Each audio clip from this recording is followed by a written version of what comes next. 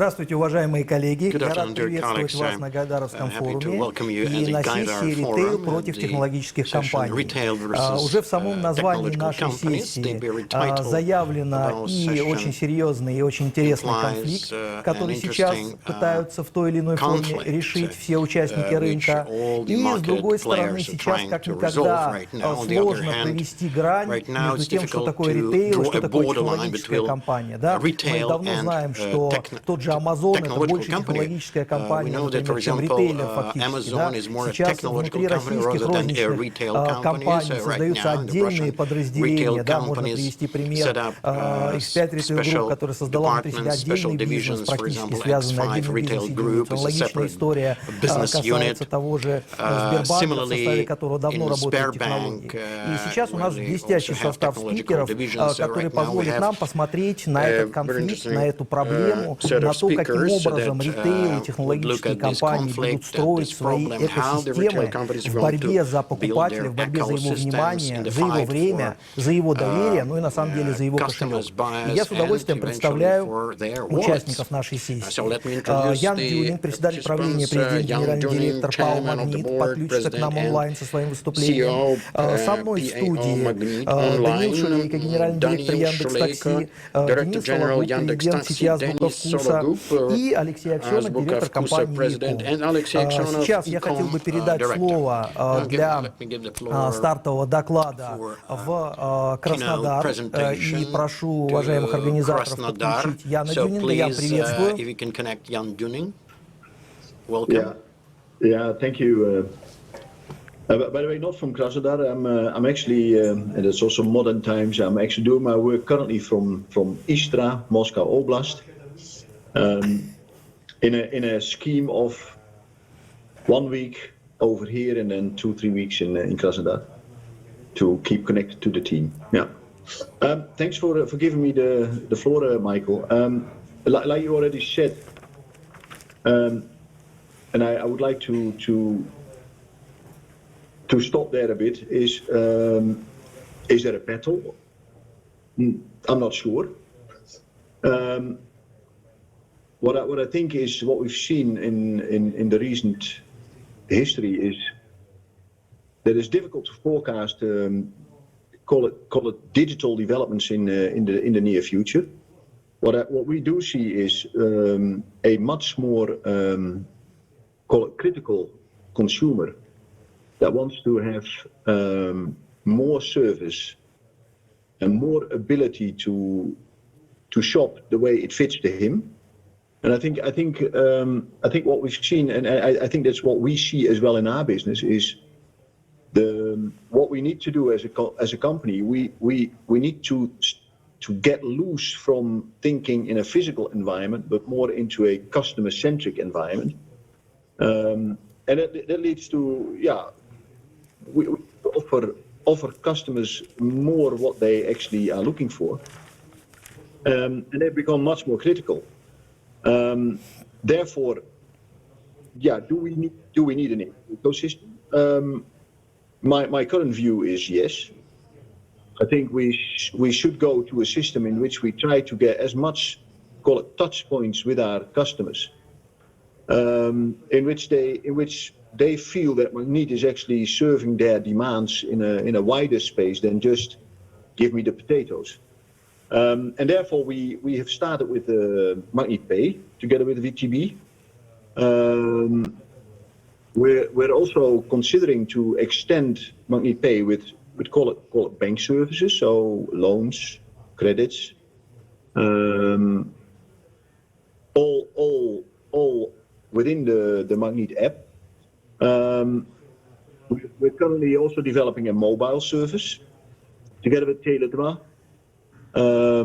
also to get more insight into what customers are doing, because I think, and that's the lesson learned over the last couple of years, is where we came from an environment where pricing and assortment and location were key.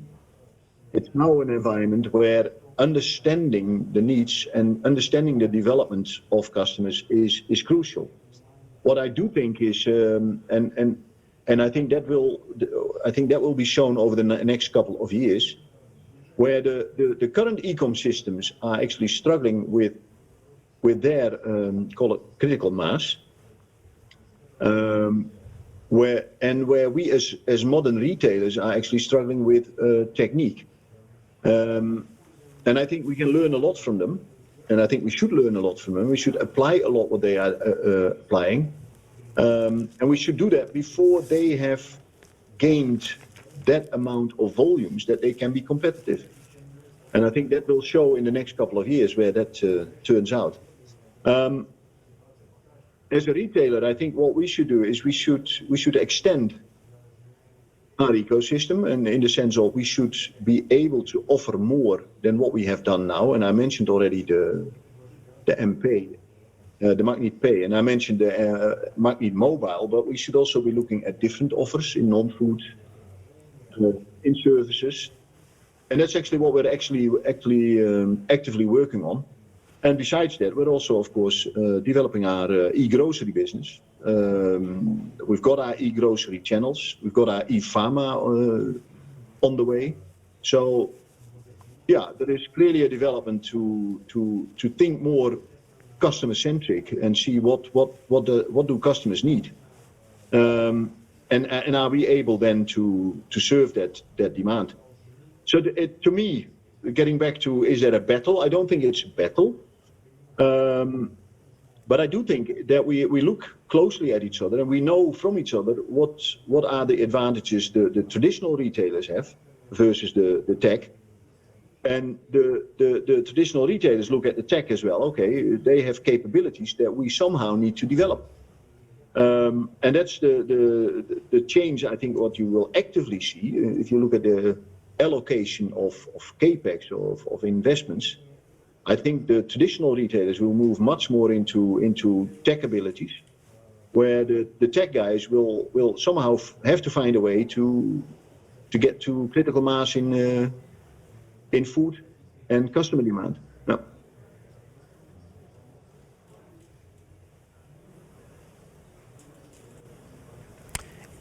Спасибо большое. Thanks a lot. Really, it's a kind of a fantastic story. No one would have thought 2 years ago that Magnit is going to provide credits. It's going to issue credits, that Magnit will generate full-scale payment service. So that's an interesting story indeed, because this system used to be created by companies with a lot of contacts, online players, mobile operators, the food market players. But there's another question I wanted to ask you before I give the floor to the next speaker. What kind of, where exactly, in which areas you are already present? In pharmacy or foodstuffs? What other areas, apart from financial and mobile services that you mentioned, do you think will appear in Magnit's ecosystem? Now, we're of course trying to develop, call it a Magnit super app. What we are currently having is you could go on our e-pharma and order your pharmacy, so your lekarstva, and that is currently working since I think the end of September. And we believe that we are well positioned with Magnit Pharma to be one of the market leaders also in the e-commerce business. We have started our e-grocery.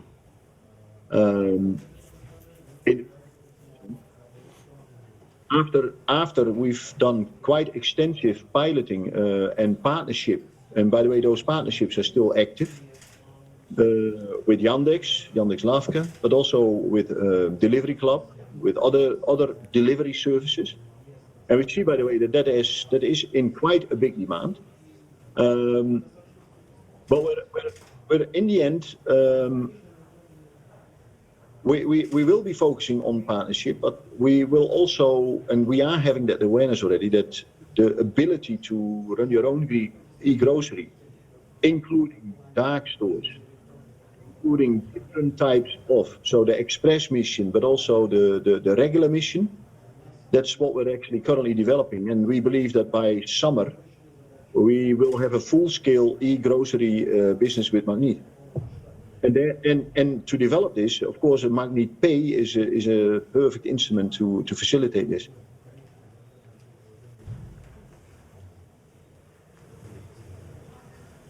Спасибо большое, Ян.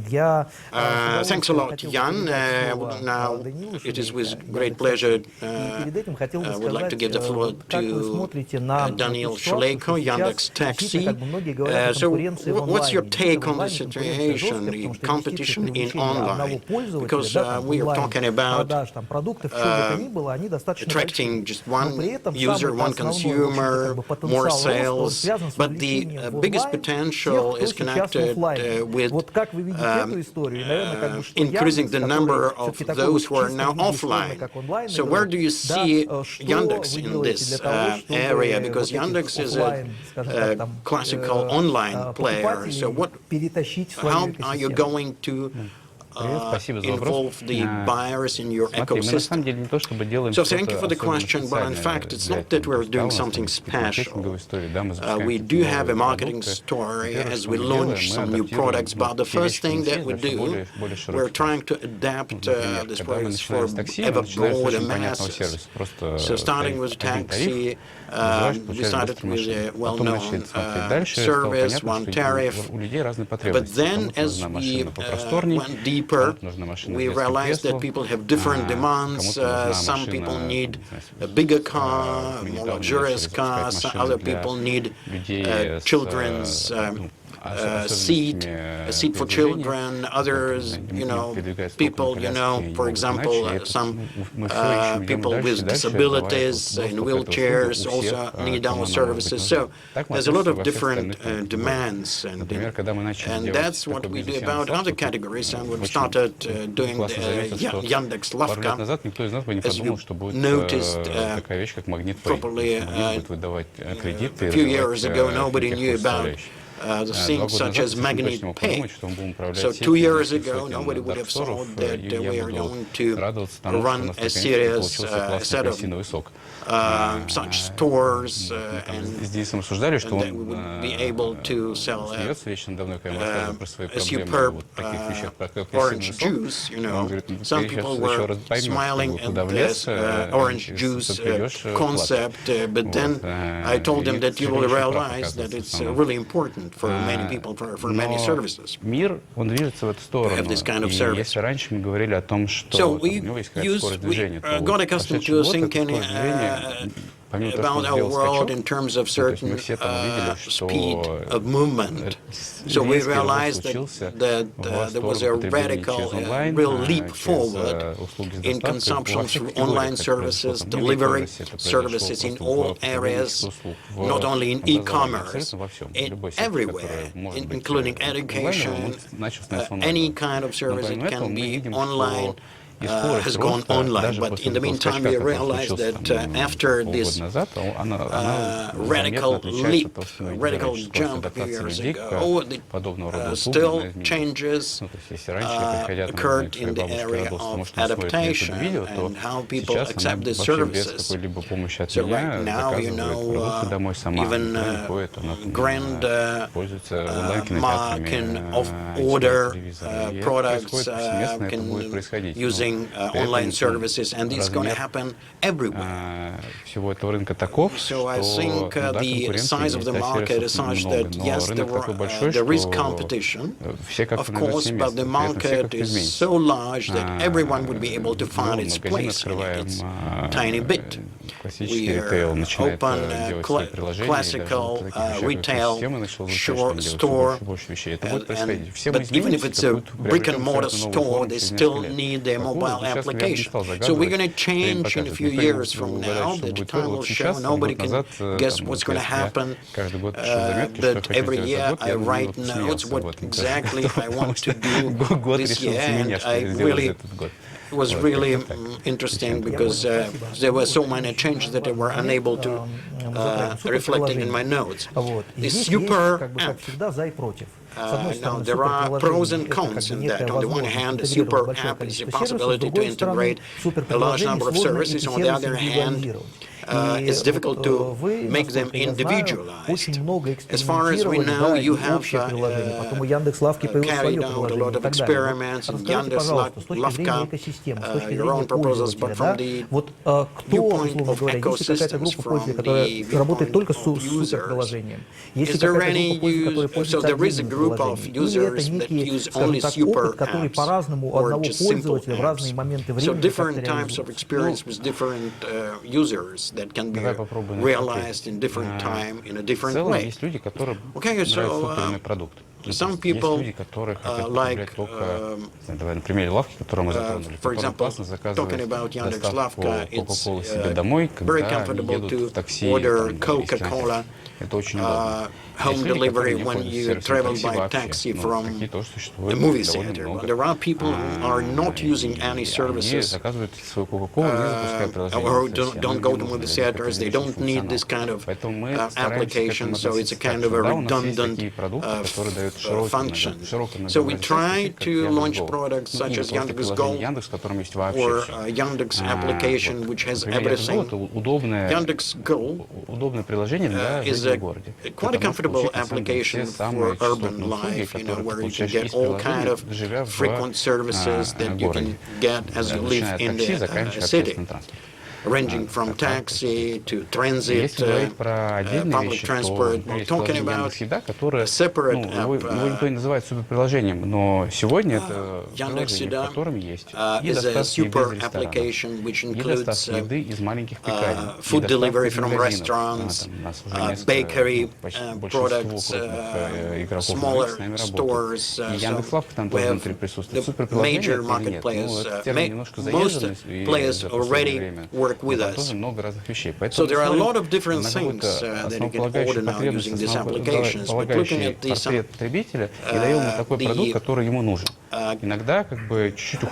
picture of a typical consumer, you cannot always imagine what kind of product he needs. But some people wrote to us, oh, you killed my favorite application, Yandex.Taxi. But now, a few years ago, I received that. But when we see now Yandex Go, we see it as three-colored cars, three-colored cars, but which is quite understandable. We like it very much, but I do remember the first 3 days when there was a kind of a visual language that we attached to it. But I think people wrote to us that we destroyed everything using that. But we understand that people need a certain period of adaptation, so they see increasingly the products that are now part of Yandex Gold, and we see that most services and products are now gradually entering the Yandex Gold application. But you should understand that there are a lot of consumers who do not like it, and we have to... Спасибо большое. Действительно интересная история. Вот ты затронул вот этот момент, когда брендинг онлайн переходит в офлайн. Да, у нас есть интересные примеры в том же аптечном сегменте, да, где есть сервис e-аптека, и, по сути дела, как бы отдельные аптеки. Давайте мы вместо вывески аптека повесим вывеску e-аптека, потому что она для нас уже будет конкурентное преимущество. И вот в этом плане действительно Ян представляет компанию, у которой более 40 миллионов пользователей, там сервисов Яндекс. Но на самом деле ведь ситуация не исчерпывается, скажем так, да, там определенным кругом крупных игроков, среди которых, там, не знаю, тоже Сбербанк, например, и так далее. Да? Есть потенциал и возможность, на мой взгляд, и мне кажется, вот, в этом плане Денис сможет об этом сказать, когда действительно компания может быть нишевым игроком, да, как бы, там, объемов бизнеса, географии и так далее, но ту целевую аудиторию, с которой можно выстраивать комплексное взаимодействие, экосистемы. Ну и опять-таки здесь тоже очень важно, и что это взаимодействие, оно требует And what is important here, that this kind of interaction requires a high level of IT technologies. So it's quite an indicative example for retail. It's not often that heads of retail companies become IT specialists. That's why it's quite interesting to hear about your expertise, because your audience is very interesting and very exacting, I would say. What exactly are you doing in this area? Can you share with us, because you work with Yandex, so it's quite an interesting set of different interactions. So we have, as retailers, we have invented this definition, this term, ecosystem. I think it was an attempt to bring it down to us, the physical essence of brick and mortar stores that are now in internet space. But I believe that Azbuka is not only brick and mortar stores, because more than 20% of sales are generated due to our own production. So this is that particular part of Azbuka, which I'm proud of, because the quality of products that we bring to the market is not analogs. Well, precisely, that's what Daniil understands well, that this kind of product is quite interesting, because Yandex.Lavka is actively trading in this product. This is our best service in the city, and they are in high demand among the consumers. So it's highly important for us to produce something that is really needed by people. So when the world has started to change around Russia and in Russia, we realized almost at once that we have to adapt to the situation somehow, and even those who didn't want to move, they had to do that. So that's why it's important to reach integration with many other services, such as Samokat and other delivery stores, because we saw that there is a need for this kind of services. Yesterday I looked at the number of, yesterday I looked at our online sales, and I mentioned that we grew from 3% to 4%. So as of December, our online sales were 5.6%. That's a year-on-year comparison. If we add our sales through partnership channels like Lavka and Samokat, and if we add our B2B sales to this number, then this number will be bigger. All of a sudden, we have become a meaningful player in the B2B community, because we are selling a lot to companies, because companies are buying food to feed their employees. They're buying good food to serve that as presents. So this business accounts for 3% of our total sales at the moment. And yes, there are other things which are not our core business, like, for example, we have our own farm and we produce excellent steaks. You can buy the steak and you can trace it all the way through to a particular animal, so you can get information on whether the animal was vaccinated and how the animal was fed. You also had a subscription for this, I think. Yes, we did. These are really, really good ideas. And I do have an IT background, but on the 3rd of January, I celebrated my 20th year in Vkusa, so I know retail very well, and all aspects of retail. And yes, indeed, Vkusa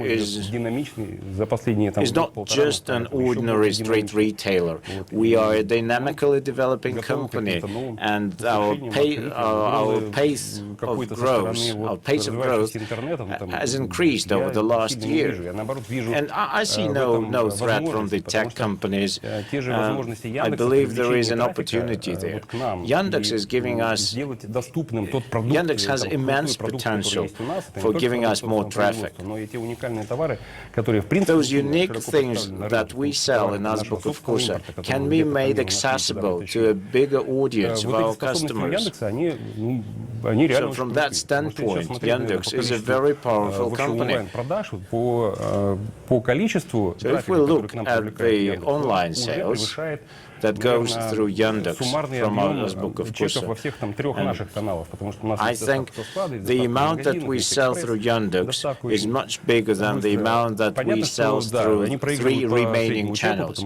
Yes, indeed, with Yandex, the average spend is less. It's 20% less than in Express channel. Конечно, конечно. Так вот это про что Данил и говорит.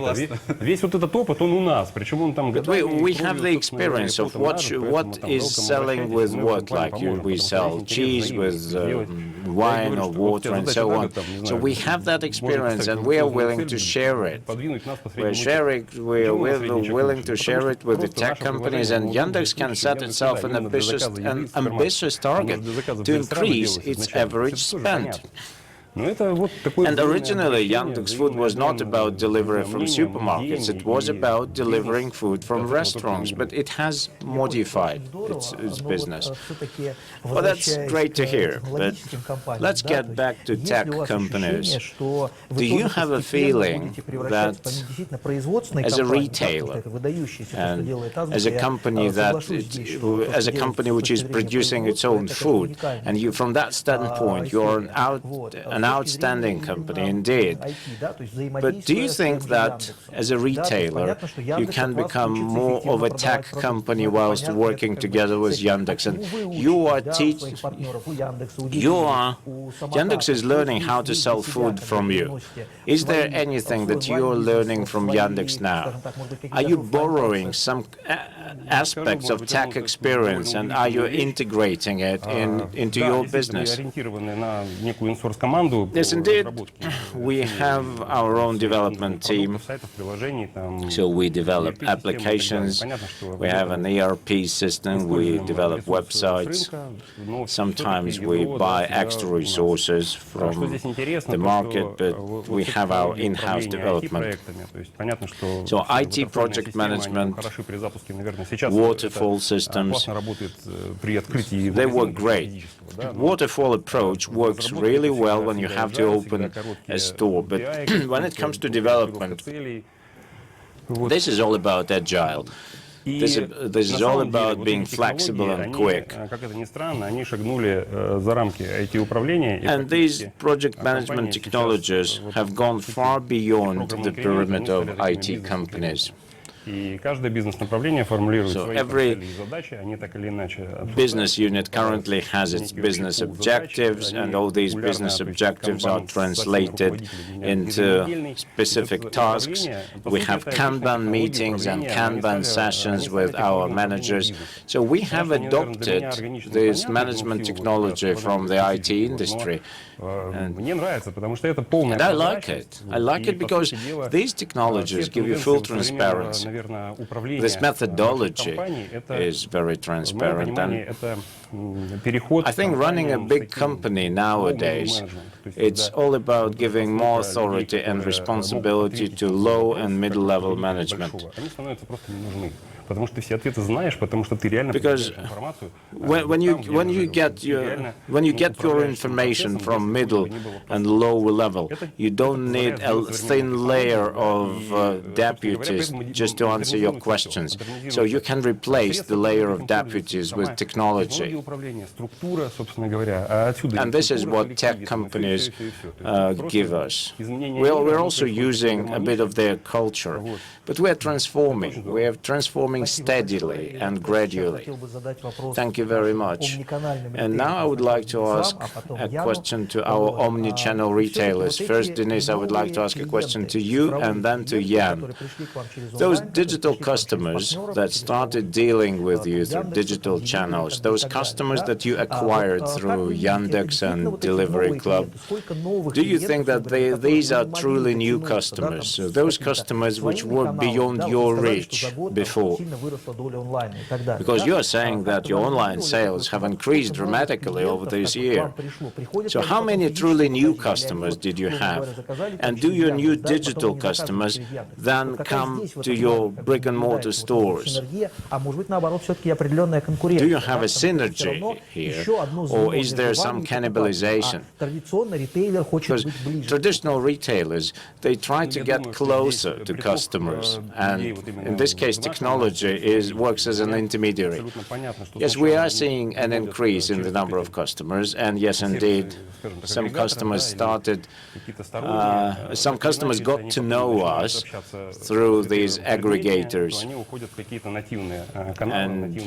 But then they get closer and closer, and they start coming to our stores. But these numbers may be quite misleading, especially the numbers for 2020. I do not think that we can draw this conclusion just from looking at the numbers for 2020. We need to put it in perspective. The most beautiful thing now is that we have one customer record. All our customers have mobile phones, and we merge all their accounts based on the mobile phone, and we can track what our customers do, what they buy, and that's important. Thank you, Denis. And I would like to ask our organizers to get Jan connected now, because I saw that Magnit, after launching its online business, acquired a bigger number of customers, those customers who never had an experience with Magnit before, which is very interesting. Yeah, I don't think that's only because of e-grocery. What we noticed is, and I think what you've seen is that Magnit is actually working on a bigger transformation, not only digital, but also call it retail. So we've improved, I think, our offering, and we've also been focusing on our own production, like also Azbuka already mentioned, because you should bear in mind that Magnit has 11 factories, varying from chocolate production to pasta to bakery to... We have 4 agricultural complexes. We're one of the biggest mushroom suppliers.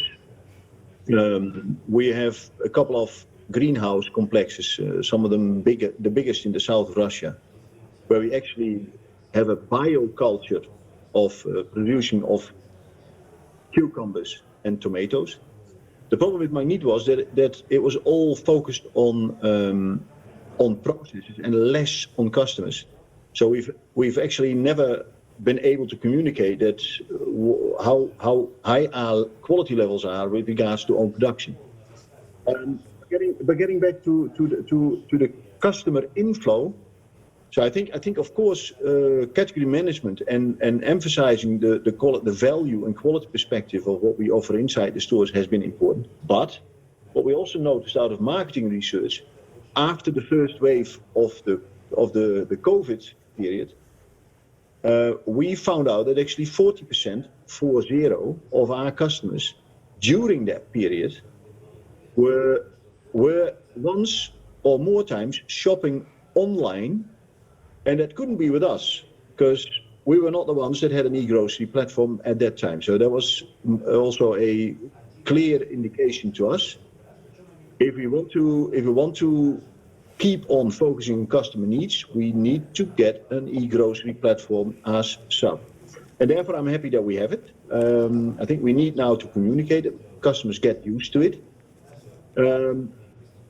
But I think not the question on customer inflow. I think the customer inflow is more an aspect of general improvement of offer, general improvement of operational execution, on-shelf availability, and yeah, also emphasizing the value proposition that Magnit wanted to have.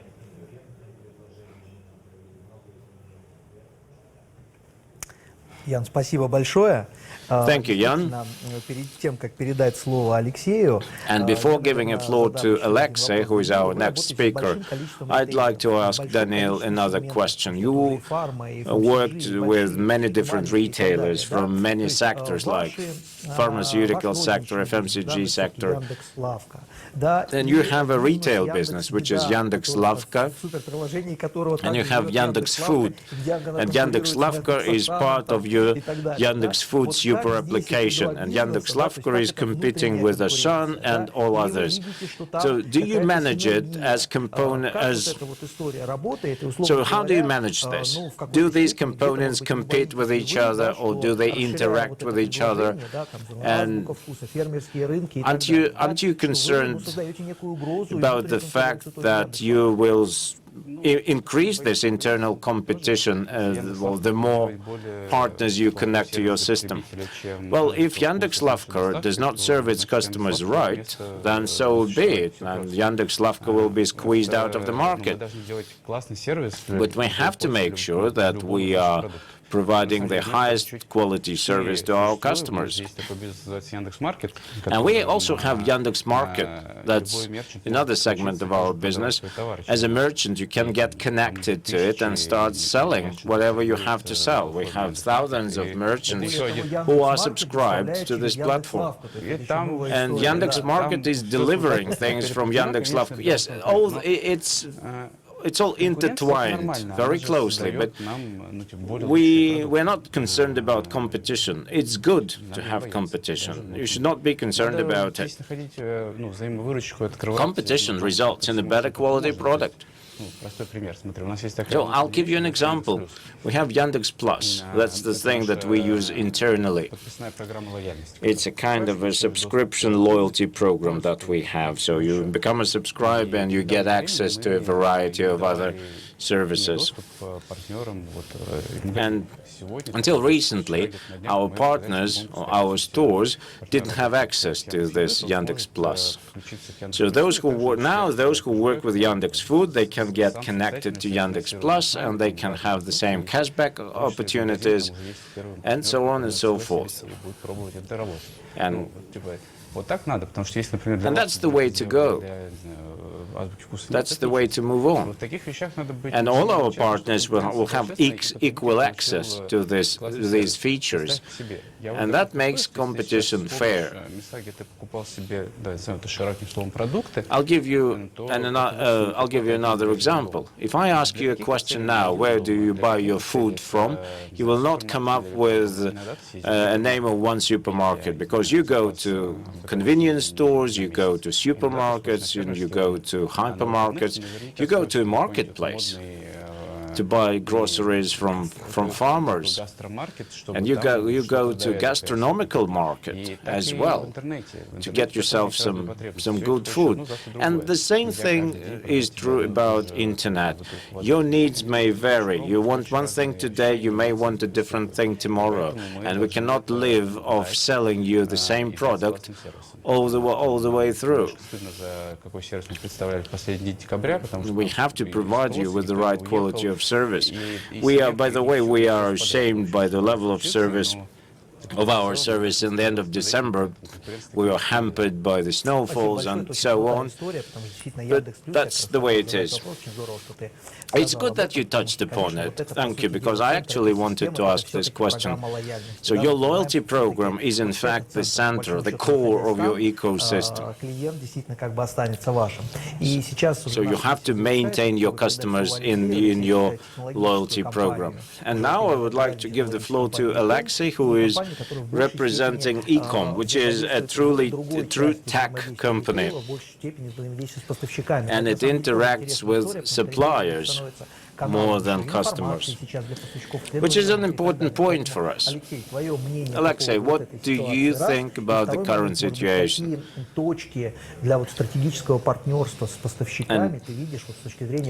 What strategic opportunities or what strategically important touch points do you see here?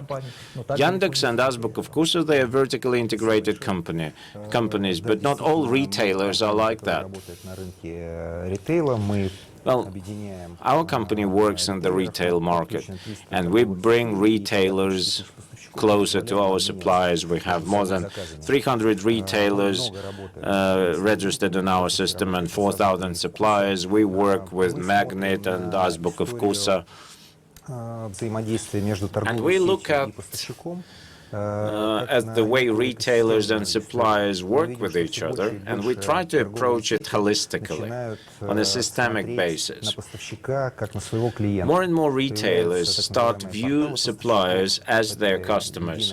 Retailers develop suppliers portals, or web portals. So this is where a supplier gets registered there, and supplier can buy logistical services, can get access to analytical information, can get access to financial services, should such need be there. Retailers sometimes help suppliers to develop new products or modify existing ones. If we take Magnit's case, for example, then an interesting point is integration of their B2C system into their B2B system, which presents you with an opportunity to build a direct link between a retailer and a supplier. And in this case, a retailer will be as a platform that is used by shoppers and suppliers to interact with each other. And Yandex has brought retailers and suppliers very close to each other, and thanks to Yandex practices, retailers become more of a tech company. And we are implementing the Yandex methodology, project management methodology into our practice. And so from that standpoint, I don't think that the title of our session today is correct. I do not see tech competing with retailers.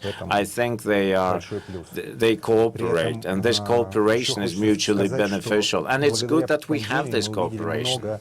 And thanks to the pandemic, we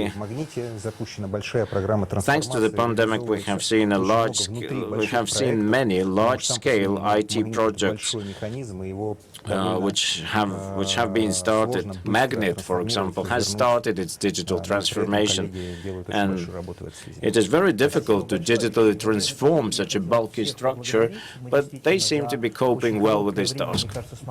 Thank you very much. And I think we managed to touch upon a number of meaningful issues, and Aleksey is right when he says that the title of our session is quite provocative, because it hints upon competition and it mentions cooperation. Yes, our shoppers and our customers expect a comprehensible service. They want retailers to be customer-focused, but at the same time, shoppers expect experience which is shoppers expect experience which is more related to tech companies, like flexibility and agility. And indeed, this pandemic has forced us to change our ways. It changed us as consumers. It put us beyond the risk of the first order, so to speak. As Daniil said before, once you start something new, you may feel a lot of negative emotions, but let some time pass. Let some time pass after your first experience, and you will no longer consider it something extraordinary. So from this standpoint, I think that we managed to walk a really long way in 2020. This pandemic has pushed us hard. We managed to launch a number of projects which are breaking even at the moment.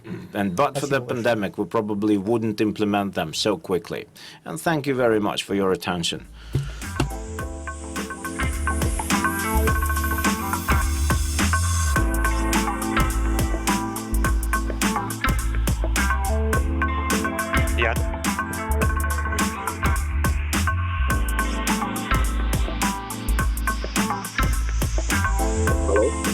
Yes, Mr. Rudy. So we're done. Yeah. Thank you very much All right, thank you. for your time. Yeah. Yep. Have a nice Bye-bye. rest of the day. Bye. All right, bye.